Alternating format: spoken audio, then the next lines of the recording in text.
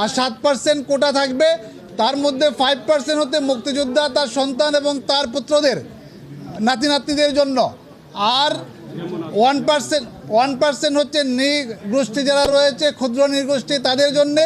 আর 1% হচ্ছে প্রতিবন্ধী এবং তৃতীয় লিঙ্গ তাদের জন্য। অর্থাৎ টোটাল কোটা হলো 7%, আর মেধায় হলো 93% নিয়োগ পাবে। আন্দোলনরত শিক্ষার্থীরা যে দাবি করে আসছিল সর্বনিম্ন কোটা থাকতে হবে 5%, এর থেকে সর্বোচ্চ সংখ্যা তারা বলে নাই। অ্যাপিলেট ডিভিশন সার্বিক দিক বিবেচনা করে আন্ডার আর্টিকেল 104 সেটাকে 7% নির্ধারণ করে দিয়েছেন এবং সরকারকে বলেছেন 3 মাসের মধ্যে এই সংক্রান্ত গেজেট জারি করে অ্যাপিলেট ডিভিশনে দায়ের করার জন্য 3 মাসের মধ্যে গেজেট করার জন্য বলে দিয়েছেন।